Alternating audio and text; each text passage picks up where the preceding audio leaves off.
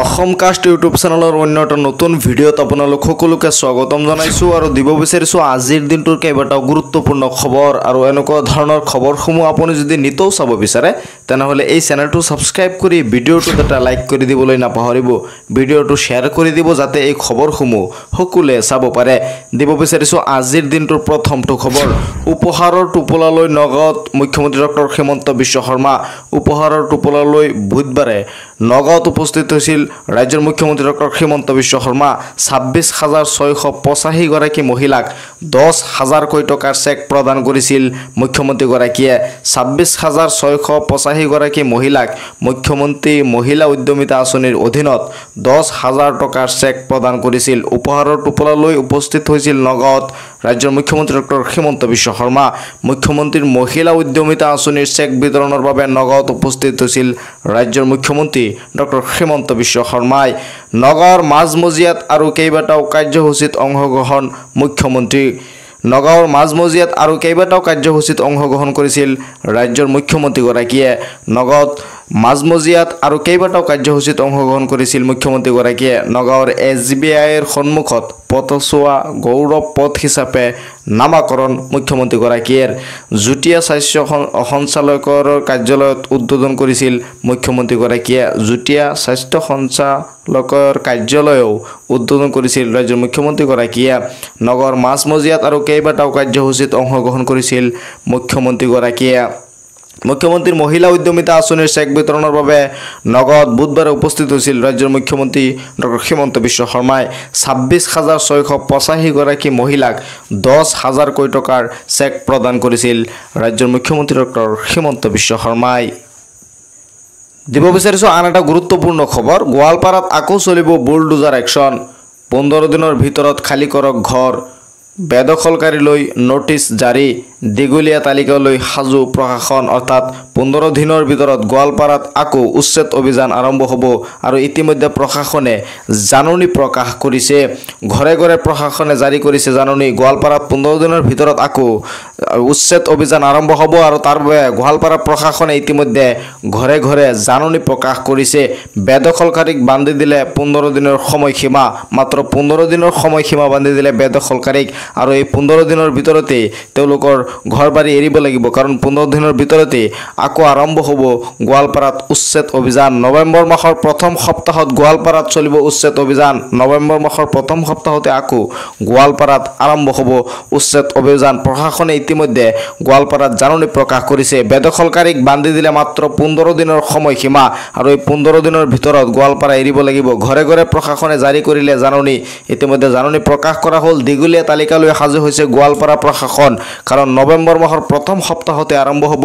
গোৱালপাৰাত আকৌ উচ্ছেদ অভিযান বেদখলকাৰীলৈ নোটিছ জাৰি কৰিছে গোৱালপাৰা প্ৰশাসনে ১৫ দিনৰ ভিতৰতে খালী কৰক ঘৰ প্ৰশাসনে ইতিমধ্যে জাননী প্ৰকাশ কৰিছে যে ১৫ দিনৰ ভিতৰতে গোৱালপাৰা খালী কৰিবলৈ গোৱালপাৰাত আকৌ চলিব বুলডোজাৰ একশ্যন প্ৰশাসনে ইতিমধ্যে দীঘলীয়া তালিকালৈ সাজু হৈছে গোৱালপাৰাত উচ্ছেদ অভিযান চলাবলৈ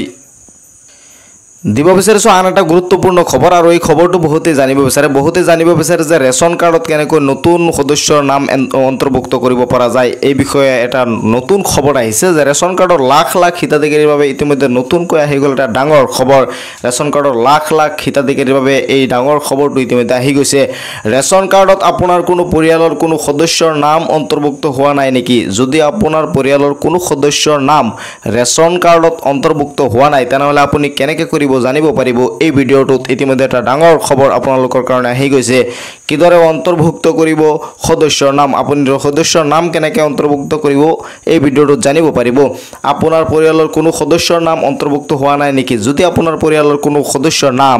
এতিয়ালৈকে ৰেচন কাৰ্ডত অন্তৰ্ভুক্ত হোৱা নাই তেনেহ'লে পৰিয়ালৰ প্ৰতিগৰাকী সদস্যই লাভ কৰিব বিনামূলীয়া ৰেচন গতিকে আপোনাৰ পৰিয়ালৰ যদি কোনো সদস্য এতিয়ালৈকে নাম অন্তৰ্ভুক্ত কৰা নাই তেনেহ'লে আপুনি কি কৰিব লাগিব নাম নথকা সদস্যৰ নাম অন্তৰ্ভুক্ত কৰিব পাৰিব ৰেচন কাৰ্ডত যদি কোনো সদস্যৰ নাম অন্তৰ্ভুক্ত হোৱা নাই তেনেহলে আপুনি অতি সহজতে অন্তৰ্ভুক্ত কৰিব পাৰিব ৰেচন দোকানীৰ সৈতে ইয়াৰ বাবে প্ৰথমে আপুনি যোগাযোগ কৰিব লাগিব সুলভ মূল্যৰ যি দোকানী আছে সেই দোকানীৰ সৈতে বা ৰেচন দোকানীৰ সৈতে আপুনি প্ৰথমতে যোগাযোগ কৰিব লাগিব প্ৰয়োজনীয় যি নথিপত্ৰ আছে নতুন সদস্য সকলো তথ্য পাতি যোগান ধৰিব লাগিব বিভাগীয় কৰ্তৃপক্ষক যি নথিপত্ৰ সেই ৰেচন দোকানীয়ে বিচাৰে আপোনাৰ পৰা সেই নথিপত্ৰখিনি আপুনি প্ৰথমতে তেওঁক যোগান ধৰিব লাগিব সেই নথিপত্ৰখিনি আপুনি যোগান ধৰাৰ পাছত আপোনাৰ সেই সদস্যৰ নাম ৰেচন কাৰ্ডত অন্তৰ্ভুক্ত কৰিব পাৰিব নতুন সদস্যৰ বাবে আধাৰ পেন কাৰ্ড ভোটাৰ কাৰ্ড থকাটো বাধ্যতামূলক নতুন সদস্যৰ বাবে আধাৰ কাৰ্ড বা পেন কাৰ্ড বা আপোনাৰ যদি ভোটাৰ কাৰ্ড আছে তেনেহলে এই ভোটাৰ কাৰ্ড বা আধাৰ কাৰ্ড বা পেন কাৰ্ড আপুনি এই সুলভ মূল্যৰ দোকানীক বা ৰেচন দোকানীক আপুনি দিব লাগিব বা দিয়াৰ পাছত আপোনাৰ সেই নতুন সদস্যৰ নাম আপোনাৰ ৰেচন কাৰ্ডত অন্তৰ্ভুক্ত কৰিব পাৰিব অনলাইন যোগেও কৰিব পাৰিব আবেদন আপুনি অনলাইন যোগেও আবেদন কৰিব পাৰিব অনলাইন যোগে কেনেকৈ আবেদন কৰিব লাগে এই বিষয়ে আপুনি জানিব বিচাৰিলে আপোনাৰ ওচৰত থকা CSC চেণ্টাৰ বা অনলাইনত কম্পিউটাৰত বা অনলাইনত কাম কৰা কম্পিউটাৰ দোকান এটাত যাওক গৈ পেলাই আপুনি অনলাইন যোগেও আপুনি ৰেচন কাৰ্ডত আপোনাৰ সদস্যৰ নাম অন্তৰ্ভুক্ত কৰক বা আপুনি সুলভ মূল্যৰ দোকান বা ৰেচন দোকানীৰ সৈতে যোগাযোগ কৰাটো অত্যন্ত ভাল হ'ব যদি কোনো সদস্যৰ নাম আপুনি অন্তৰ্ভুক্ত কৰিব বিচাৰে তেনেহলে অতি সোনকালে যোগাযোগ কৰক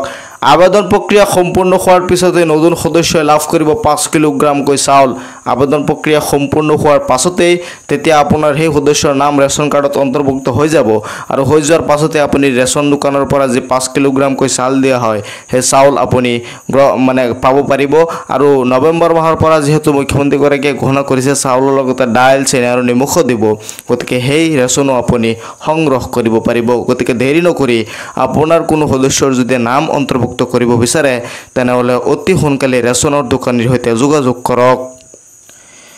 দিব বিচাৰিছো আন এটা গুৰুত্বপূৰ্ণ খবৰ আৰু এই খবৰটো খুব গুৰুত্বপূৰ্ণ PM কিষাণক লৈ এই খবৰটো আহিছে যে PM কিষাণৰ ধন অতি সোনকালে চৰকাৰে মুকলি কৰিবলৈ গৈ আছে আপুনি এটা ভুলৰ কাৰণে PM কিষাণৰ ধন নাপাব পাৰে গতিকে এই ভিডিঅ'টোত মই আপোনালোকক জনাই দিব বিচাৰো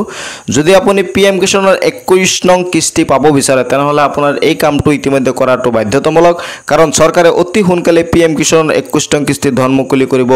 নৱেম্বৰ মাহৰ প্ৰথম সপ্তাহতে PM কিষাণৰ ধন মুকলি কৰাৰ পূৰ্ণ সম্ভাৱনা আছে যেহেতু ইতিমধ্যে 4খন ষ্টেটত PM কিষাণৰ ধন চৰকাৰে মুকলি কৰি দিছে গতিকে অসমতো অতি সোনকালে আপোনাৰ PM কিষাণৰ ধন আপুনি পাই যাব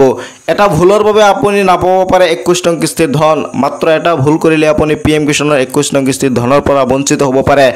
বাধ্যতামূলক EKYC নকৰা সকল বঞ্চিত হ'ব পাৰে ধন লাভৰ পৰা যদি আপুনি EKYC কৰা নাই তেনেহলে আপুনি বঞ্চিত হ'ব পাৰে চৰকাৰী ধনৰ পৰা অৰ্থাৎ 21 নং কিস্তিৰ পৰা আপুনি বঞ্চিত হ'ব পাৰে 21 নং কিস্তিৰ ধন পাবলৈ কৃষকে কৰিব লাগিব বাধ্যতামূলক EKYC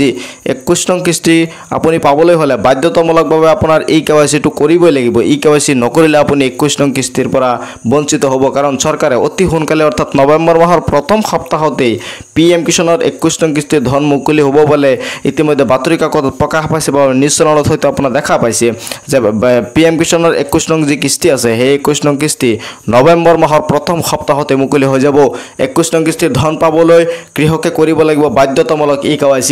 EKYC সম্পূৰ্ণ নকৰিলে বঞ্চিত হ'ব 21 নং কিস্তি লাভৰ পৰা আপুনি 21 নং কিস্তি লাভৰ পৰা বঞ্চিত হ'ব যদি আপুনি EKYC আপডেট নকৰে গতিকে অতি সোনকালে আপোনাৰ ওচৰত থকা CSC চেণ্টাৰত যাওক আৰু EKYC টো আপডেট কৰি লওক EKYC আপডেট নকৰিলে আপুনি 21 নং কিস্তিৰ পৰা বঞ্চিত হ'ব আৰু 21 নং কিস্তিৰ যি 2000 টকা আছে সেই 2000 টকা নাপায় আৰু যদি আপুনি 20 নং কিস্তিৰ টকা পোৱা নাছিলে তেনেহলে EKYC কৰাৰ লগে লগে 20 নং কিস্তি আৰু 21 নং কিস্তি মিলাই আপোনালোকে একেলগে 4000 টকা পাবলৈ সক্ষম হ'ব গতিকে দেৰি নকৰি আপোনাৰ যদি EKYC হৈ থকা নাই তেনেহলে অতি সোনকালে আপোনাৰ ওচৰত থকা CSC চেণ্টাৰত গৈ EKYC টো আপডেট কৰক দিব বিচাৰিছো আন এটা গুৰুত্বপূৰ্ণ খবৰ লাখ লাখ লোকে নতুনকৈ লাভ কৰিব চৰকাৰী ঘৰ যিসকলে ইতিমধ্যে জিঅ' টেকিংৰ কাম সম্পূৰ্ণ কৰিছে আপোনালোকৰ কাৰণে ভাল খবৰ লাখ লাখ লোকে অসমত ইতিমধ্যে লাভ কৰিব চৰকাৰী ঘৰ চৰকাৰৰ তৰফৰ পৰা জনোৱা হৈছে যে এতিয়াৰ পৰা কাৰোৰেই কেঁচা ঘৰ আৰু নাথাকে সকলোৱে পাব পকী ঘৰ 7 লাখ লোকক ঘৰ দিয়াৰ লক্ষ্য হিমন্ত বিশ্ব শৰ্মা চৰকাৰৰ বৃহৎ ঘোষণা যে 7 লাখ লোকক চৰকাৰী ঘৰ দিয়াৰ লক্ষ্য স্থিৰাং কৰিছে হিমন্ত বিশ্ব শৰ্মা চৰকাৰে গতিকে লাখ লাখ লোকক এবাৰ চৰকাৰী ঘৰ দিয়াৰ সিদ্ধান্ত হিমন্ত বিশ্ব শৰ্মা চৰকাৰৰ সকলো দুখীয়া লোককে সাঙুৰি ল'ব এই আঁচনিয়ে সকলো দুখীয়া লোককে এই আঁচনিয়ে সাঙুৰি ল'ব। প্ৰধানমন্ত্ৰী আৱাস যোজনা আৰু মুখ্যমন্ত্ৰী আৱাস যোজনাৰ অধীনত লাভ কৰিব চৰকাৰী ঘৰ। প্ৰধানমন্ত্ৰী আৱাস যোজনা আৰু মুখ্যমন্ত্ৰী আৱাস যোজনাৰ অধীনত লাভ কৰিব চৰকাৰী ঘৰ। ইতিমধ্যে বহুতেই জিঅ' টেকিঙৰ কাম সম্পূৰ্ণ কৰিছে। আজি সম্পূৰ্ণ হ'ল জিঅ' টেকিঙৰ লাষ্ট ডেট আজি উকলি গ'ল। যিসকলে জিঅ' টেকিং কৰিছে সকলোৱে চৰকাৰী ঘৰ পাবলৈ সক্ষম হ'ব, কাৰণ নতুনকৈ 7 লাখ ঘৰ দিয়াৰ সিদ্ধান্ত থিৰাং কৰিছে হিমন্ত বিশ্ব শৰ্মা চৰকাৰে। নৰেন্দ্ৰ মোদী চৰকাৰে আবণ্টন দিছে 3 কোটি ঘৰ। কেন্দ্ৰৰ পৰা ইতিমধ্যে 3 কোটি ঘৰ আবণ্টন দিয়া হৈছে। অসমতো বহুত ঘৰ নতুনকৈ মানুহে লাভ কৰিব। কোনো পৰিয়ালৰে নাথাকিব কেঁচা ঘৰ। এতিয়াৰ পৰা কোনো পৰিয়ালৰে কেঁচা ঘৰ নাথাকে বুলি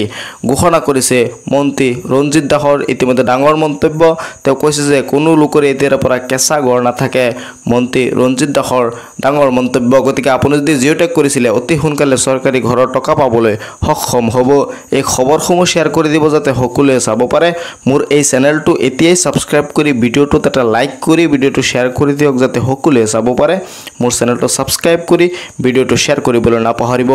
লগ পাম পৰৱৰ্তী ভিডিঅ'ত। চাই থাকিব আপোনালোকৰ আপোন চেনেল অসম কাষ্ট।